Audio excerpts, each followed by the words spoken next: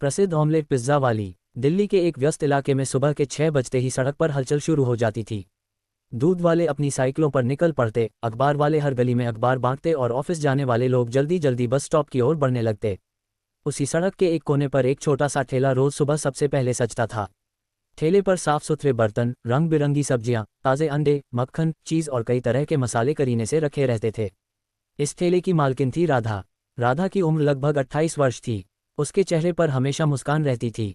आर्थिक स्थिति साधारण थी, लेकिन उसके सपने बहुत बड़े थे। लोग उसे प्यार से ऑमलेट पिज्ज़ा वाली दीदी कहते थे।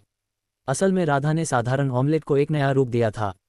वह उसमें शिमला मिर्च, प्याज, टमाटर, मकई, चीज़ और अपने हाथ से तैयार किया हुआ विशेष मसाला डालती। फिर उसे पिज्ज़ा की तरह सजाकर परोसती। जिसने एक बार खा लिया वह दोबारा ज़रूर आता। लेकिन यह सफलता उसे आसानी से नहीं मिली थी। राधा का जन्म एक छोटे से गांव में हुआ था। उसके पिता मजदूरी करते थे और माँ घरों में काम करती थीं। घर की हालत इतनी खराब थी कि कई बार 2 समय का खाना जुटाना भी मुश्किल हो जाता। राधा पढ़ाई में बहुत अच्छी थी। उसका सपना था कि वह बड़ी होकर होटल मैनेजमेंट पढ़े और अपना रेस्टोरेंट खोले। लेकिन किस्मत को कुछ और मंजूर था। 10वीं कक्षा के बाद पैसों की कमी के कारण उसे पढ़ाई छोड़नी पड़ी। उस दिन उसने अपनी किताबों को सीने से लगाया और खूब रोई। माँ ने उसे समझाया, बेटी, सपने मत छोड़ना। रास्ता बदल सकता है, मंजिल नहीं। माँ की यही बात राधा के दिल में हमेशा के लिए बस गई। कुछ वर्षों बाद पूरा परिवार दिल्ली आ गया। पिता एक निर्माण स्थल पर काम करने लगे। माँ घरों में खाना बनाने लगी। राधा भी एक छोटे से ढाबे में काम करने लगी। वह सुबह 6 बजे पहुंच जाती और देर रात तक काम करती। वह सिर्फ खाना नहीं बनाती थी, हर ग्राहक को ध्यान से देखती। किसे क्या पसंद है, कौन कितना मसाला खाता है, कौन कितना मक्खन पसंद करता है, कौन किस स्वाद की तारीफ करता है। ढाबे के मालिक को लगता कि राधा सिर्फ काम कर रही है, लेकिन राधा हर दिन कुछ नया सीख रही थी।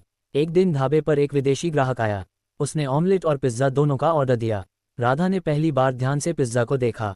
रंग बिरंगी सब्जियां, ऊपर पिघला हुआ चीज़, सुंदर सजावट। उसी रात उसके मन में एक विचार आया, अगर ऑमलेट को पिज्ज़ा जैसा बना दिया जाए तो।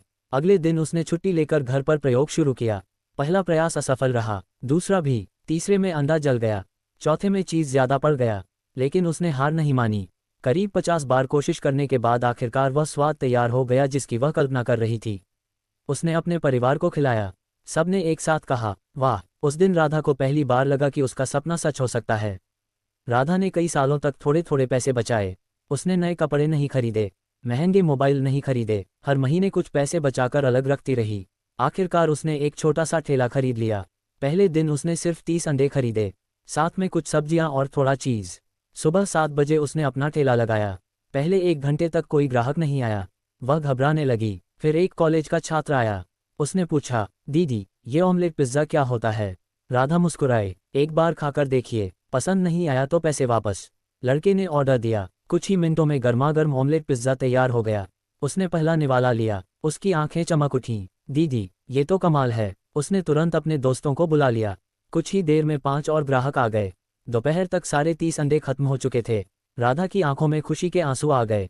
उसकी पहली कमाई बहुत बड़ी नहीं थी, लेकिन उससे भी बड़ी बात यह थी कि लोगों को उसका स्वाद पसंद आया था। उसे विश्वास हो गया कि मेहनत कभी व्यर्थ नहीं जाती। क्रमशः